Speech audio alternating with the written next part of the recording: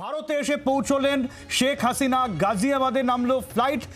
রাজীব রয়েছেন আমাদের সঙ্গে সরাসরি, রাজীবের কাছ থেকে আরো আপডেট। রাজীব, দেখো, গাজিয়াবাদে যে হিন্ডন বিমানবন্দর রয়েছে, যেটি আর্মি তার কন্ট্রোলে থাকে, সেই বিমানবন্দরে শেখ হাসিনা এসে পৌঁছেছেন। তার বিমান এইমাত্র ল্যান্ড করেছে এবং যেটা সূত্র মারফত জানা যাচ্ছে, তিনি সেখান থেকেই রওনা দেবেন লন্ডনের উদ্দেশ্যে এবং তিনি আজকেই ভারত ছাড়বেন।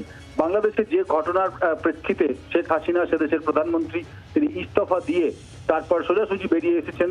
একেবারে তিনি আর্মির বিমান ধরে, সেখানে তাকে আর্মি নিরাপত্তার বলয়ে তাকে নিয়ে আসা হয়েছে।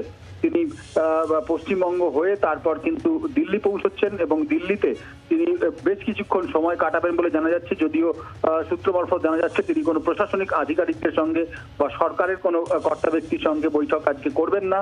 তিনি সরাসরি লন্ডনের উদ্দেশ্যে রওনা হবেন। বাংলাদেশের যে পরিস্থিতি রয়েছে, সেই পরিস্থিতি বিবেচনা করে তার নিরাপত্তার দিক থেকেই সব থেকে বেশি গুরুত্ব দেওয়া হচ্ছে এবং তিনি ভারত সরকারের সঙ্গে বাংলাদেশ সরকারের যে কথা হয়েছে, তারা জানা যাচ্ছে তিনি সহযোগিতা চেয়েছেন। আর সেই কারণেই কিন্তু হিন্ডন এয়ারপোর্টে তার বিমান অবতরণ করেছে এবং তিনি কিছুক্ষণের মধ্যেই লন্ডনের উদ্দেশ্যে রওনা হবেন। বাংলার আওয়াজ, বাঙালির আবেগ, জি 24 ঘন্টা।